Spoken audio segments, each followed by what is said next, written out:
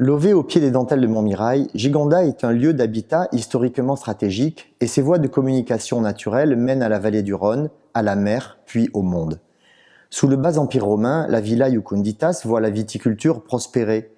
À l'époque médiévale, le village se dote de remparts et d'un château. Les vignerons de Gigondas y font aujourd'hui vivre l'histoire, la culture et la culture du vin. Avec les abbayes de Prébaillon et de Saint-André, la tour Sarrazine, la chapelle de Saint-Côme et l'église Sainte-Catherine, Gigondas est riche d'un important patrimoine architectural. La qualité de ses vins n'a jamais cessé d'être reconnue internationalement, jusqu'à devenir un cru en 1971. Ici, 1500 hectares de bois entourent 1200 hectares de vignes, générant une exceptionnelle biodiversité.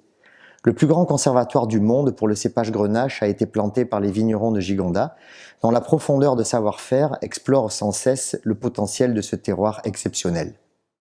À l'emplacement du massif des dentelles de Montmirail existait autrefois un vaste bassin sédimentaire occupé par un océan qui a fonctionné pendant toute la durée de l'ère secondaire, entre moins 230 et moins 65 millions d'années. Les premiers sédiments sont des calcaires, du gypse et du sel, déposés dans un contexte de grande aridité. La suite est constituée, sous un climat devenu tropical humide, par des alternances de marnes et de calcaires. Leur épaisseur totale atteint 8 km. La plus importante couche calcaire est celle du Jurassique supérieur, qui va former bien plus tard les dentelles de Montmirail. Au début du tertiaire se produisent des événements tectoniques de très grande portée. La faille de Nîmes, qui est la plus importante de tout le sud de la France, devient très active et cisaille la totalité des 8 km accumulés précédemment. Le gypse et le sel, devenus fluides sous l'effet de la pression exercée par les marnes et les calcaires, remontent sur le trajet de la faille et provoquent d'intenses déformations. Les calcaires du Jurassique supérieur sont redressés à la verticale. C'est ainsi que naissent les fameuses dentelles de Montmirail. Une fois le massif mis en place, une mer de la fin du tertiaire occupe la vallée du Rhône, ce qui favorise le dépôt de sable connu en Provence sous le nom de safre.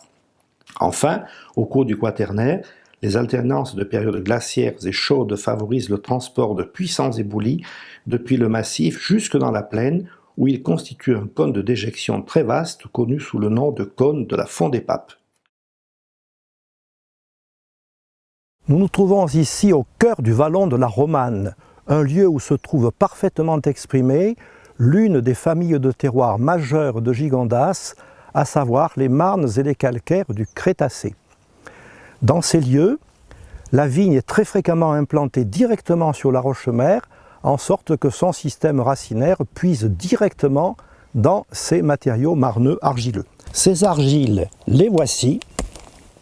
Je les confie à Henri-Claude, vigneron du vallon de la Romanne. Ces argiles du vallon de Romanne et 3 vallons de Romanne délimités par les barrières rocheuses des dentelles de Montmirail est orienté est-ouest et nous permet d'éviter un petit peu l'ensoleillement du milieu de journée, procure une fraîcheur naturelle à ces lieux, chose que nous vignerons recherchons dans la culture de la vigne. Cette fraîcheur naturelle est aussi aidée par la localisation et l'altitude de l'étagement de ce vallon de 250 à 500 mètres. Nous avons ici dans le vallon de Romanne ces épaisses argiles qui permettent un enracinement profond de nos vignes et pour aller puiser un petit peu toutes les ressources nécessaires à leur croissance. En termes de viticulture, cette exposition en coteaux nous permet, de par la pente, d'avoir une évacuation naturelle des eaux de pluie, avec la contrainte parfois d'un risque d'érosion. Ce travail en coteaux sur ces argiles épaisses que l'on vient d'évoquer est difficile et parfois compliqué pour le vigneron, puisque nos outils actuels, tels les tracteurs, s'enlisent parfois ou peinent à gravir la pente. Nos charrues ont parfois des difficultés à soulever, à retourner ces argiles denses et massives. Toutefois, la structure même et la nature de ces argiles est un très grand avantage pour nos vignes puisqu'elles permettent de capter et puis de retenir, de constituer un réservoir naturel pour les eaux de pluie. C'est dans ces argiles que les racines vont venir puiser l'eau nécessaire au passage de la saison sèche. C'est aussi, de par leur nature, un endroit où vont être stockés les sels minéraux, les sels métalliques, les oligo-éléments nécessaires à la croissance de nos vignes, tout comme de nos raisins. Alors, comment cela se traduit-il dans les vins? Car ces argiles, comme vous venez de le dire, constituent vraiment le réservoir de l'eau, mais aussi des éléments minéraux. Donc, dans le vin et dans sa trame, les signaux doivent être enregistrés.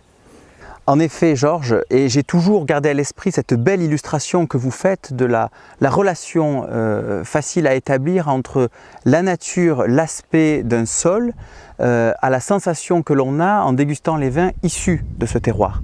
Ici, sur ces argiles épaisses, compactes, nous produisons des vins charnus, puissants, au tanin structurant. Le grenache prend des notes épicées. Les lieux eux-mêmes et cette fraîcheur que l'on a évoquée de par l'altitude et l'exposition au nord-nord-ouest se traduit par des notes de petits fruits noirs. Enfin, l'équilibre de fraîcheur et de puissance des vins produits ici dans le vallon de Romanne sont une parfaite illustration du grand potentiel de garde des vins de Gigondas.